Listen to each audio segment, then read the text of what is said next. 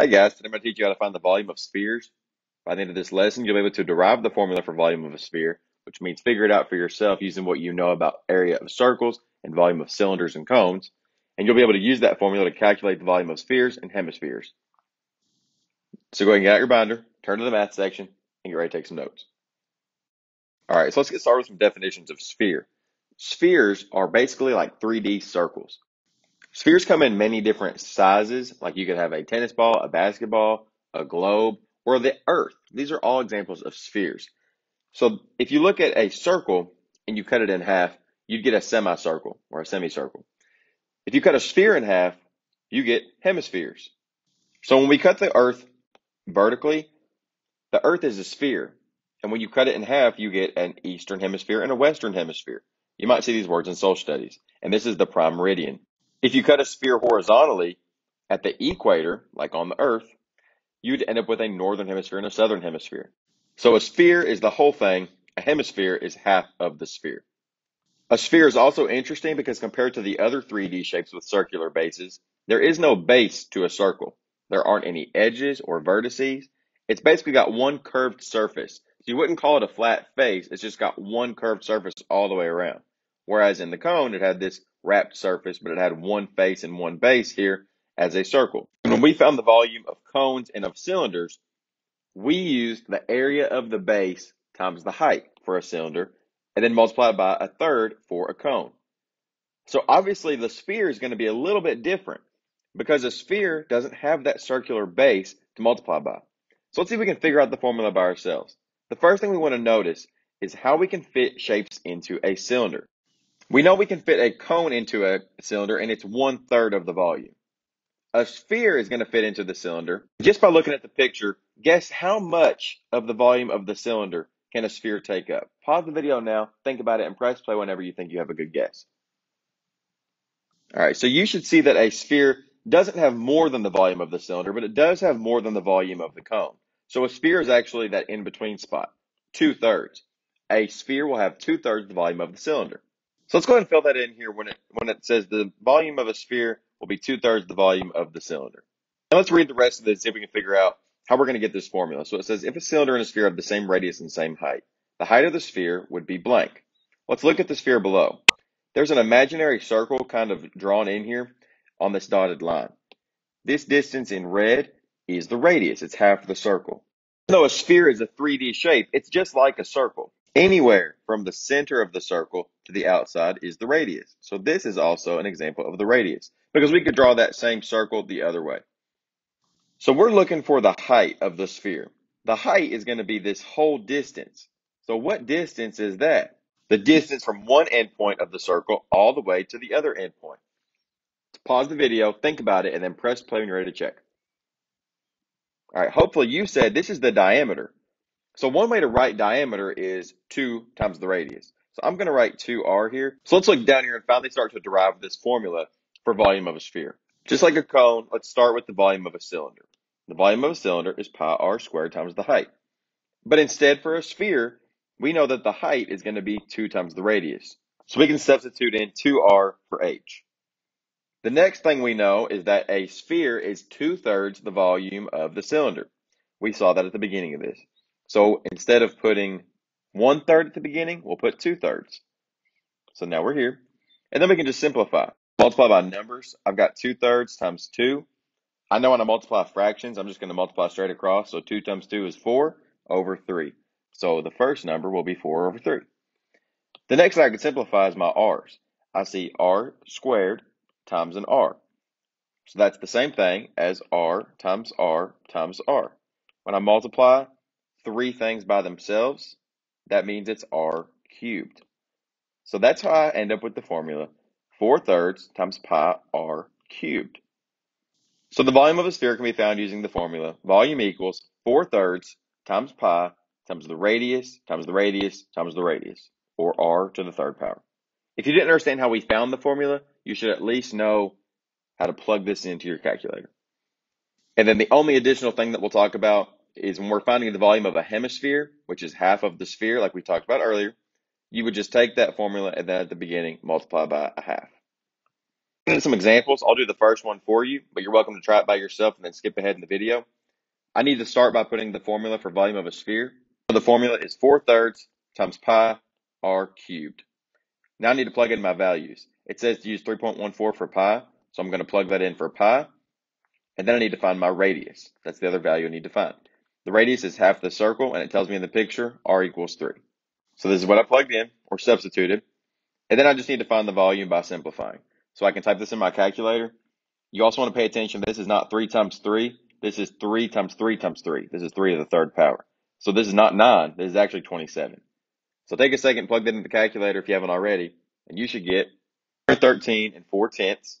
It doesn't tell me if this is in inches, centimeters, or whatever, so I'm just going to put units, U, and then you want to put cubed because we're talking about the space inside. Because it's a 3D shape, I would use a little 3. Now, if this was a basketball, it's how much air we can fill into the basketball. That's volume. Remember, volume is how much space a 3D object contains. Okay, so now let's look at 2 and 3 and try to do these by yourself. Pay attention to number 2. You're given the diameter and you need the radius. But you should be able to do these by yourself and then press play when you're ready to check. All right, so here's your answers for number 2 and 3. I can see some mistakes people were making were to do the radius as 12, but it's actually 6 for number 2 because it's half of that sphere and half of the circle that's kind of inscribed on the inside there. And then don't forget to cube your radius, not square it. I know on cylinders and on cones, you square the radius in the formula, but on spheres, you cube it. Let's try that again for the next 3 examples, except this time we're going to leave our answers in terms of pi, which means I'm going to do everything in the formula except for multiply by pi and just leave the pi symbol in my answer. I'll do number 4 for you, and then you can just follow along. If you want to, you can pause the video now and try it by yourself. Otherwise, I'm going to go ahead and do it. Starting with the formula, volume equals 4/3 pi r cubed for the volume of the sphere. So the first thing I need to do is plug in my values. Since I'm leaving pi in my answer, that's what in terms of pi means, I'm not going to substitute 3.14 for pi. I'm just going to leave it alone. So I'm just going to put the pi symbol down. I'm going to put 4/3 in, since that's already a number, and I need to find the radius. The radius is half of the circle, and there's a little circle inscribed in here. So if the diameter is 13, the radius is half of that. So I'm going to take 13 divided by 2 and know that the radius is 6.5 or 6.5. Then I'm going to plug in 6.5 into my formula and cube it. Now, the only things I'm going to multiply are the 4/3 times the 6.5 cubed. That means 6.5 times 6.5 times 6.5. When you do that, end up with the number 366.16 repeating units cubed. However, I haven't multiplied by pi yet, so I have to leave pi in my answer since it tells me to leave my answer in terms of pi. So I'm just actually going to leave that pi symbol right there and then put units cubed, and that just lets me know that I don't know the units for this. It could be inches, it could be centimeters, I don't know, but I know that it's cubic units because I'm talking about volume. So that's how you would do number 4. Go ahead and take a second and try number 5 and 6 by yourself. Pause the video and then press play whenever you're ready to check. All right, so here's what you should have gotten for number 5 and 6. If you got a bigger number than this, you probably multiplied by pi in your answer. You don't want to multiply by 3.14 whenever it says leave your answer in terms of pi. You want to just leave the pi symbol there. It's actually a more exact answer since pi isn't an exact number. The same for number 6. You should get this number, but if you made a mistake, I bet you probably multiplied by 3.14. If your answer says leave it in terms of pi, you don't actually want to do that. All right, so for the next 3 questions, I'm actually going to focus on number 8. So I'm going to go over number 8 with you, then you can try 7 and 9 by yourself. This one's the algebra level of this. I know that because when I read the question, it tells me the sphere's volume. If it tells me the volume, it tells me to find the radius. I'm actually going to work backwards because usually we're given the radius when we find the volume. Since I'm given the total already, I'm going to have to work backwards. But I'm going to follow the same process. The very first step is to write down my formula. Now I want to draw my line on the equals because this is an equation and I'm solving for the radius. The other thing that I noticed is that there's a pi on both sides of the equal sign. That means that in my final answer, I left it in terms of pi. So I actually don't need pi on either side. If there's a symbol on both sides of the equal sign, I'm just going to factor it out for both sides. And I'm left with 4/3 times the radius cubed. Now I know I need to get rid of my multiplication and division before I get rid of exponents because I'm working backwards. It's like reverse PEMDAS. I know that since this says it's times 4/3, I need to do the opposite of times 4/3, which is divide by 4/3. The other thing you might realize is that we don't usually divide fractions. You would always do the keep, change, flip, multiply by the reciprocal. So divide by 4/3 is the same thing as times by 3/4. But if you type this in the calculator, it'll give you the same answer. Now, I know that if I do one thing to one side, I need to do it to the other side. So I'm going to divide 288 by 4/3. That's going to give me 216. And radius cubed is on the other side. So you're trying to figure out what number multiplies by itself 3 times to get you 216. If you don't know that off the top of your head, the way that you could solve this would be to do the inverse operation. The inverse of a thing cubed or to the third power is to take the cube root. So you would do cube root of 216. That's something you can type into your calculator. When you do, it'll come out with the value of 6. It was asking for the radius of the sphere, so I know that the radius equals 6, and that's my final answer. Just like you would with any equation, you should plug that value back into your formula and make sure that it works. So when I simplify both sides, I end up with 904.32 equals 904.32. Since it's the same, I know I did it right. So go ahead and try number 7 and number 9 on your own. Pause the video now and then press play whenever you're ready to check. All right, so for number 7, the only thing that's different than the ones we did up here were that you're given a hemisphere. Hemisphere is half of the sphere, so we multiplied by a half at the beginning, and then we simplified. So we got this number. On number 9, you're working it out like number 8, so you should have gotten 9 inches as your radius.